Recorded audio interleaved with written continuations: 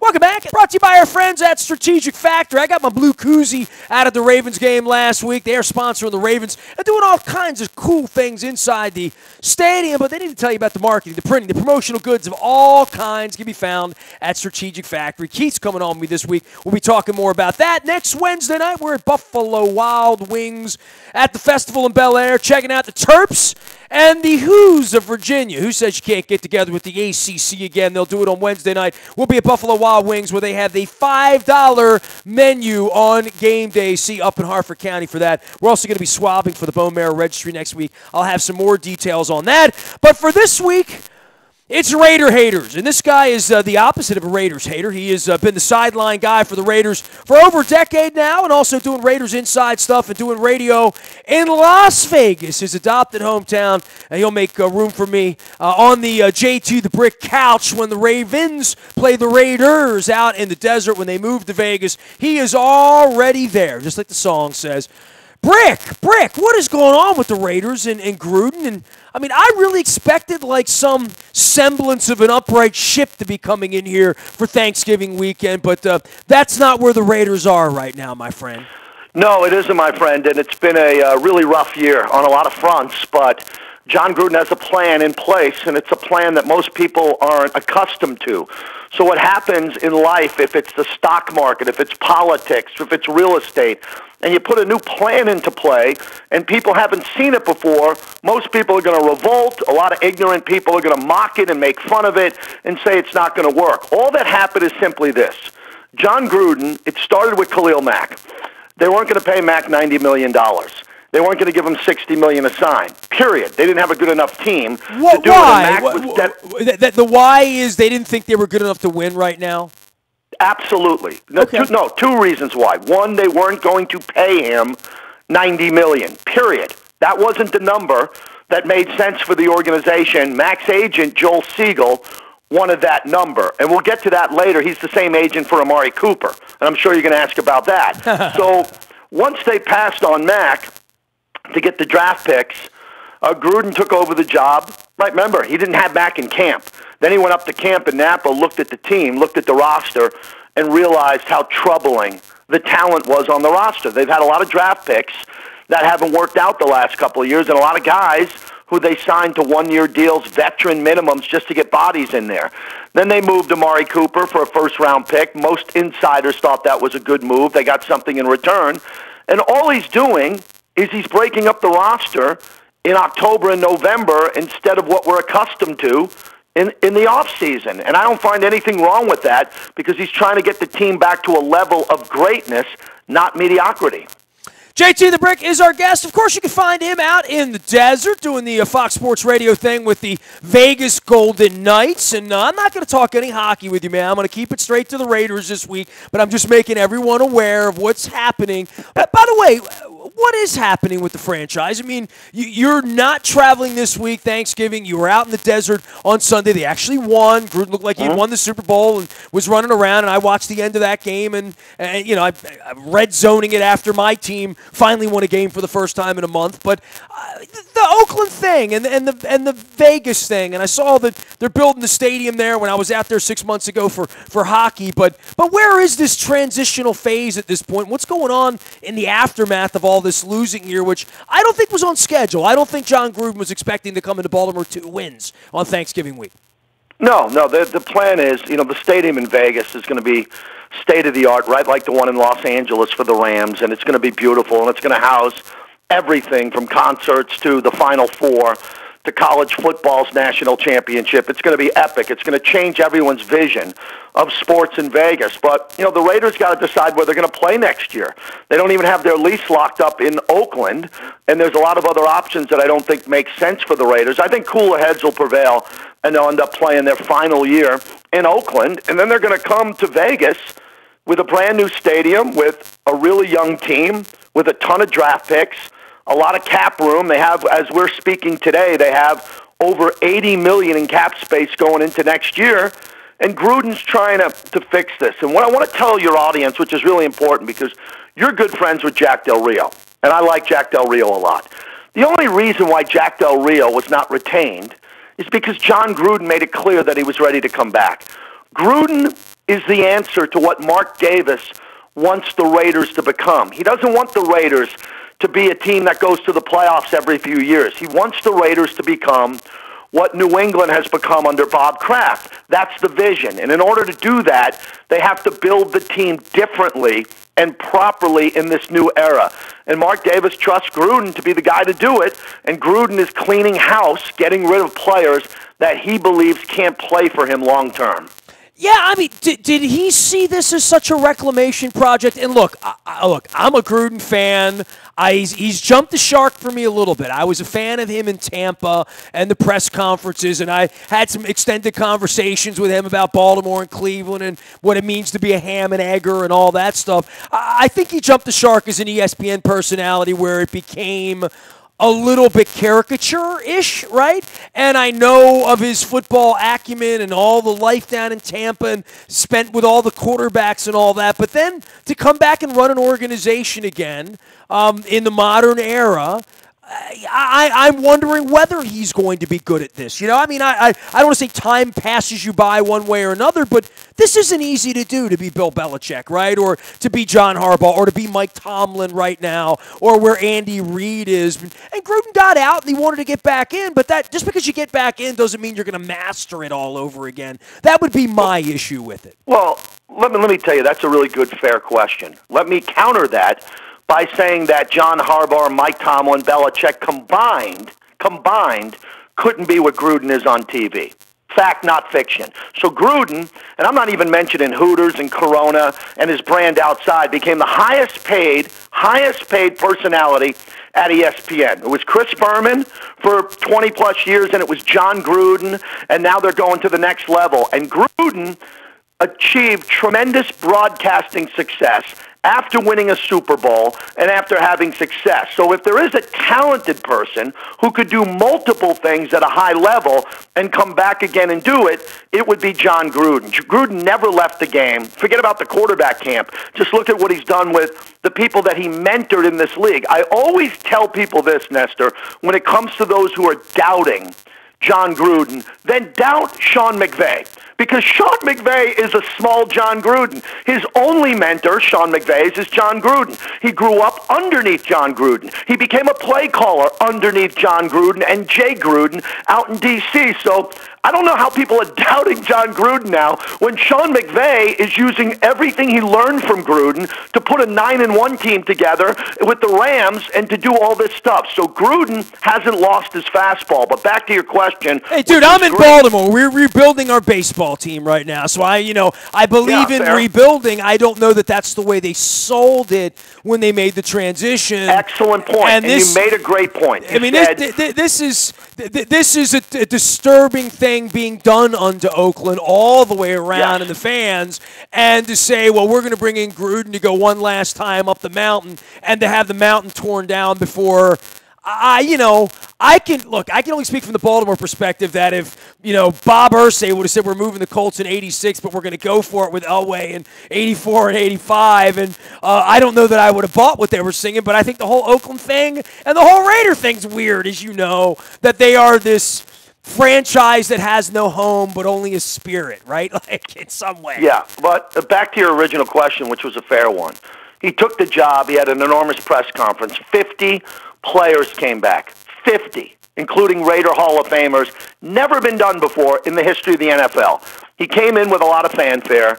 Back to your question, he looked at the roster. He disappeared for a month. He broke down film on all the players. He got to the OTAs. He got to Napa, and he looked under the hood of the car and said, no way, no shot, no chance. It would be a good comparison to your Orioles. A manager taking over the Orioles, looking at the roster going, I think I'll sign one free agent, maybe bring up a couple of minor leaguers, and we're going to turn this thing around by 35, 40 games. And you'd be like, wow, great rah-rah speech, but how are you going to do it? Gruden is showing you how he's doing it. All he's doing is breaking up a roster in season. Let's not lose sight of that. We could wait till you do a great job, show up at the Combine every year and interview him, and then you'd be like, well, Coach, who are you getting rid of? He'll look you in the eye and say, Ness, we got rid of everybody in October, November. Now I got my draft picks and I got my cap room. I'm here at the Combine to get my new roster.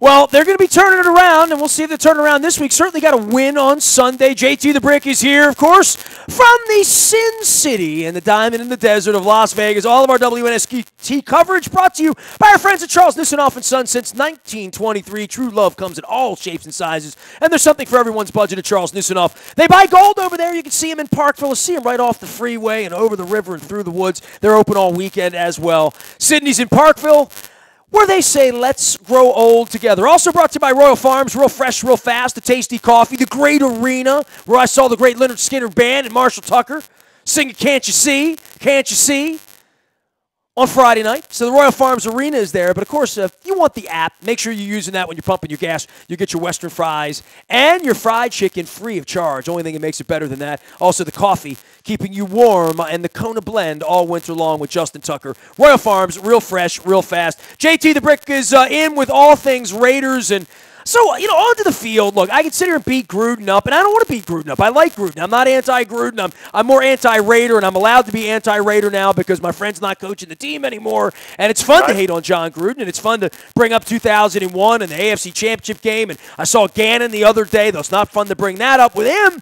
But in the case of the Raiders, where are they now? I mean, I watched the last couple of minutes. I was red zoning in and out on Sunday. I still see Derek Carr out there, and I still see him as a major asset as we are changing our quarterback thing around here that you'll see. But what's left of what Del Rio had at the turn this time 2 years ago thinking they could win the Super Bowl? Nothing. That's fair, nothing. And it's by design. They looked overall, and Kelechi Osemele and Rodney Hudson up front is playing at a Pro Bowl level. They still have the quarterback, Derek Carr, who a lot of people are questioning at this point. Will he be Gruden's plan going forward? And other than that, they got a brand new defense. They're going to have 8 to 9 new starters on defense next year. They drafted 3 young kids in this last draft on defense, who they'll go forward with Mo Hurst from Michigan, who's great, P.J. Hall, Arden Key from LSU. They drafted with their first-round pick Colton Miller, a left tackle from UCLA, who plays tough and hard. He's the cornerstone of their young offensive line. And then other than that, again, he wants new players. He wants his guys. And the one thing that I know about you over the years is the difference between a head coach or a manager in baseball wanting his guys instead of the guy before him or the GM before him. And it's that simple. It is that simple. Look at it one or two ways. Either you believe in Gruden and you believe he can do it, or you don't. That's fine. You've talked about Gruden and TV and all that. I am embedded with the team in Gruden. I believe that this plan or something like this had to be put in place so the Raiders, who have appeared in 5 Super Bowls and won 3 and have some of the greatest players to ever play the game, could eventually be back at that level. And the only level to get to New Orleans, the Rams, Kansas City, and the Patriots is to be great, not good. He's trying to be great again.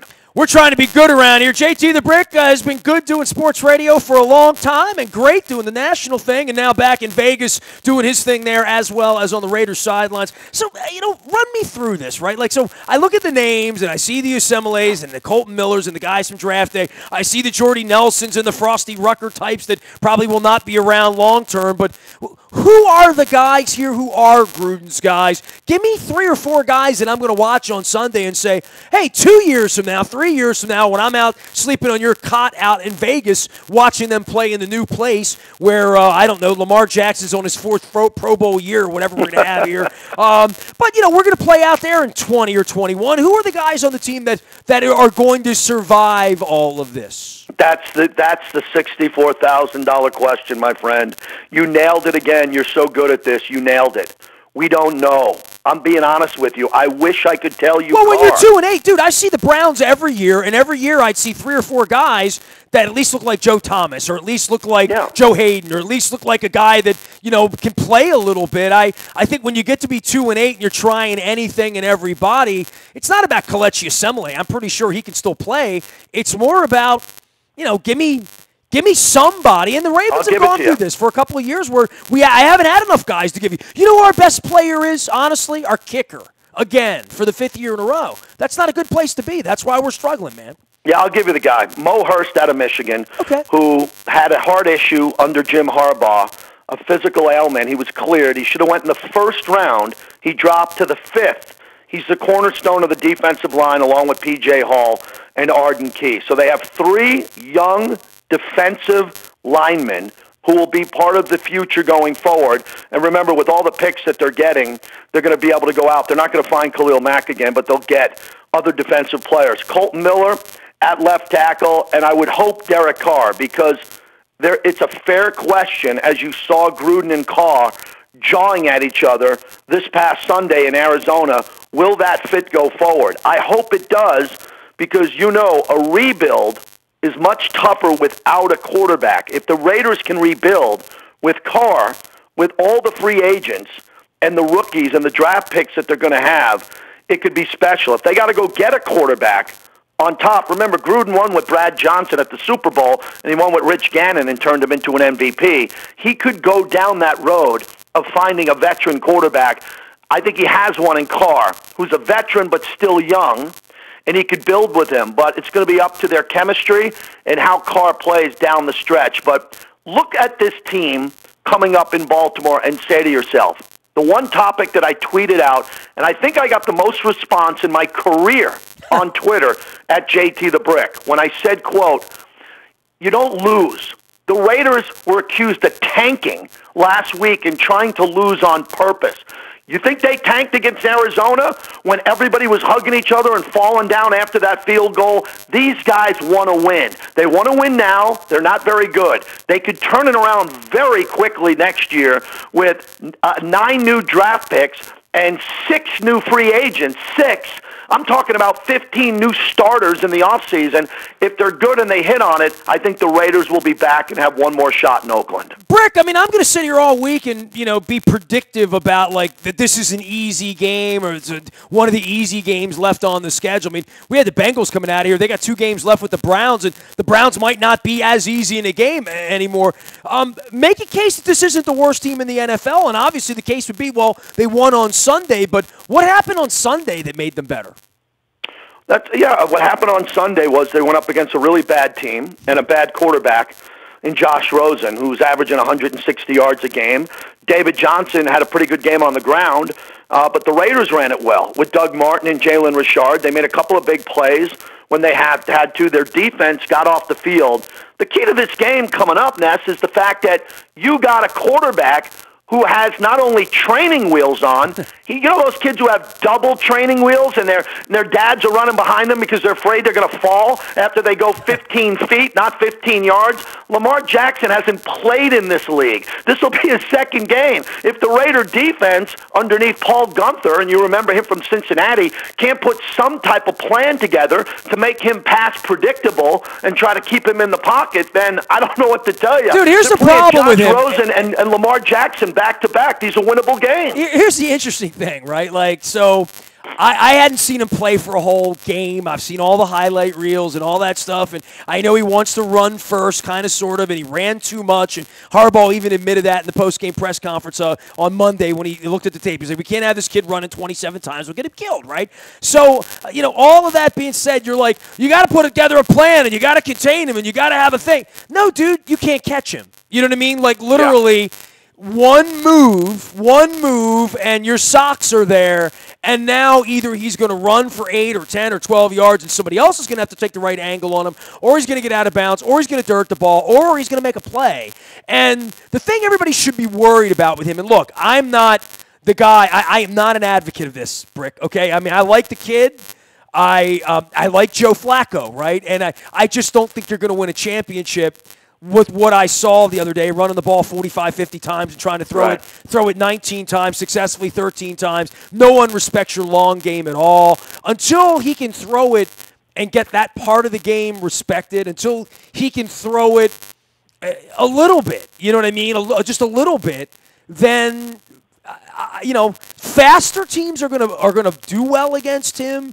I think some veteran defensive coordinators that maybe have teams that could stay at home a little bit more with him, you'll do better. But it is such a weird offense to prepare for, and I think one of the reasons that this is so sexy amongst the statistical and analytical people, as well as the coaches themselves, is ask any defensive coordinator how you defend this, and Jon Gruden would say, we don't have anybody to catch him.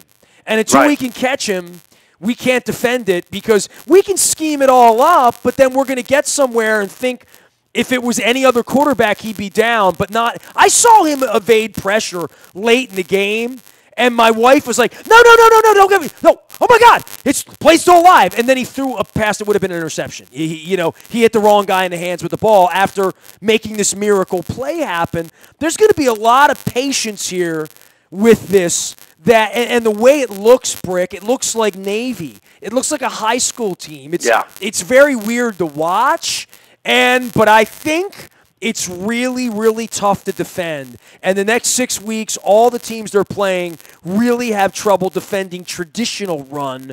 What are they going to do about a kid that runs with the wind? I would agree. This is a kid going forward. And for 20 years, I've been on the Radio Plus with you, and all the Flacco days and the Flacco Super Bowl and what he's done. It's the first time I've ever been on the radio with you, and it hasn't been about Joe Flacco. So this has been a long time coming. It should be happening with the Giants and Eli at some point, but it's happening with the Ravens. John Harbaugh is more than on the hot seat. I think you could make a comparison to Gruden, right? Harbaugh won Super Bowl, Gruden won Super Bowl. What's going to be the next step for Harbaugh going forward? There's a lot of similarities with these two teams. The question is, what are the Raiders playing for? The Raiders now are playing for pride, and Gruden's letting all the rookies play. He wants all the experience, and the message has been sent to a lot of the veterans that you're probably not going to be back, but play for pride, play for the fact that you're going to need a job somewhere else next year, and be professional. So I think the Raiders are going to get off the plane coming off a win in Baltimore, ready to play. I think they'll be in the game early. If Derek Carr builds on this, because look at Carr's number when I'm done with you. Look at those numbers again with Carr, who's not having a good year, but statistically what he's really doing with completion percentage, checking down and all of this. And if the Raiders can keep it competitive and try to win it late with special teams, they'll take that opportunity. But I can promise you, they're not coming there to lose a game to get a better draft pick over the Niners and the Cardinals and the likes. They're coming to win that game. Here's JT the Brick. You can follow his journey out on Twitter. He loves sports and all sports, but he does the Raiders. Man, what's been on your mind lately, other than the Stones touring next year and whatnot? I mean, we clearly have a reclamation project here with our baseball team. I know what a big Yankee fan you are, so I know it was a little tough watching the Red Sox do their thing. But what do you make of bringing the analytics nerds to Baltimore? Mike Elias, Sig Mejdal. I mean, we brought the geniuses in here. I watched the presser on Monday with the Angelos boys, but I know you watch the Orioles from afar, and you follow my angst. Yeah, I do, and I think when you look at the Orioles, it is a new era. They're bringing in smart math guys to try to get the best players. It's going to get tough because if you look at the Astros, I remind people that the Astros sucked for so long before they became good, and people don't talk about the years that they were so bad. They talk about the World Series victory and getting back and how great that was for them. I'll be interested to see the type of players that now go play for Baltimore. They're going to be a nice young mix of new players, clearly, because that's the direction they're going in a rebuild. But how do you get free agents to come and not play for the Red Sox and the Yankees in the division and not be a free agent and want to play in Chicago with the Cubs or the big boy, the Dodgers out west? Who are those free agents that are going to want to say, yeah, I'm ready to do 5 years in Baltimore. I'm ready to do it for $150 million. Will that money be there? Will the Orioles pay market price or pay for players? Because they're not going to win without stars and free agents. And I'll throw this back at you. How many people are going to show up to Camden Yards in April, and when it gets cold in September, October to see a bunch of young kids develop as baseball players. You're going to need a couple of stars. I have said all along, and I get into this with Luke because Luke keeps it on the baseball side, which is fine, and that needs to get fixed. There's no doubt about that. But that's 500 games away. That's a long way away. Between now and then, why am I buying into any part of the soap opera during my summer or off seasons or Sarasota or whatever, winter carnivals, game nights against the Brewers on a Tuesday night in August when it's 94 degrees outside and global warming's taking over? Why am I going to the games? Why am I paying them my money? Why am I coming back downtown? This is really, and Brick, man, and the global thing on this, and you'll see this week when the Raiders come in, you're going to see so many empty seats, right? And you're seeing that throughout sports. It's something that's sort of new to guys like you and me over 20 years, where the bubble just kept getting bigger and bigger, and the stadiums get bigger, and teams leave St. Louis for the bigger, better deal. Teams leave Oakland for the bigger, better deal. All the way around. I mean, out in Vegas, you got a hockey team, bigger, better deal, all that. But what happens when they go away? And we're dealing with that right now with the football team and the baseball team, where people aren't coming to the games, and we're seeing that around sports in America. So I'm a little concerned about all of that and what happens when the bubble bursts for all of this, and whether they're ever going to come back to baseball in Baltimore now that half of the fan base has been taken, more than half has been taken away by the Washington thing, and they are a good team and a big community with a lot of money and a lot of media money. I'm worried about the future of the Orioles here, Brick, and I talk about it brazenly because I saw my football team leave when I was 15, Yeah, but I think, lastly on the Oriole topic is I think there's brighter days ahead. If I'm a season ticket holder, if I'm thinking about doing it, I'm more encouraged today about the narrative of trying to build a winner. It's so similar, again, as I'm telling you, to what the Raiders are thinking. The only way to compete with the Yankees and the Red Sox is you have to be beyond great. You can't be good because the Yankees and the Red Sox, with their history and their payroll, will beat you just with mistakes of money and who they have. And it's the same thing that the Raiders are trying to do now. They're trying to get to the New England level. And the New England level is a head coach who has personnel power, has the ability to build the team in his way, and then set a standard of greatness that players who come in afterwards buy into. And that's what the Orioles are going to have to do. And for the Ravens, it's disappointing when I hear that fans are staying away, because from the Ray Lewis statue outside, which I haven't seen yet, to the great games that have been played, the Super Bowl victories, those fans should be packed in the upper deck every Sunday to see Lamar Jackson going forward and wondering when this team's going to be great again, and to say goodbye, most likely, to John Harbaugh on the way out and thank him for all the good that he's done, unlike what we're seeing in Oakland, where fans are turning on each other and ripping Gruden, and beat writers are making fun of the Raiders while they're covering a game in the press box. It shouldn't be like that in Baltimore, man. There were some pretty good years recently in football. Everybody should be celebrating that. JT, we will celebrate Thanksgiving with you, and I'm thankful for our friendship and all these years we've been after it. And, I know you're not coming in this weekend, but you would not be eating tourist crab cakes in my town, brother, so you know that. No, I always like when you have food posts on Facebook or when you put it out on social media, because I know the food's good. You don't have a sponsor, or you don't sit down to a restaurant with your lovely wife. And remember, I'm Jen Strong. You don't do that unless the food is extraordinary. You have great taste. Well, I try, man. And, I'm getting better at cooking, too. So, when I go over to Al's, I bring home these huge scallops, and I'm watching Food Network. So I'm preparing my food at home, even with my great sponsors, carryouts, like they have down at Al's Seafood in Essex. Hey, I appreciate you, man. We'll stay in touch. We'll see each other somewhere on life's journey, and certainly down in Atlanta for the Super Bowl as we get there. I think we'll both be tourists when we get there, but I just hope it's not the Patriots, just not them again, right? Or not the Steelers. You got it, bud. Look, great talking to you. Thank you. You got it. JT the Brick, all things Raiders insider, and down on the sidelines doing all that stuff as they move from Oakland to Vegas. He already is in Vegas, where he does sports radio. You can follow him at JT the Brick out on Twitter. One of my favorite dudes in the business. You can find me out on the buyatoyota.com audio vault 24 hours a day from anywhere in the world on your mobile device by downloading the TuneIn Radio app. We do come in crystal clear from anywhere in the world.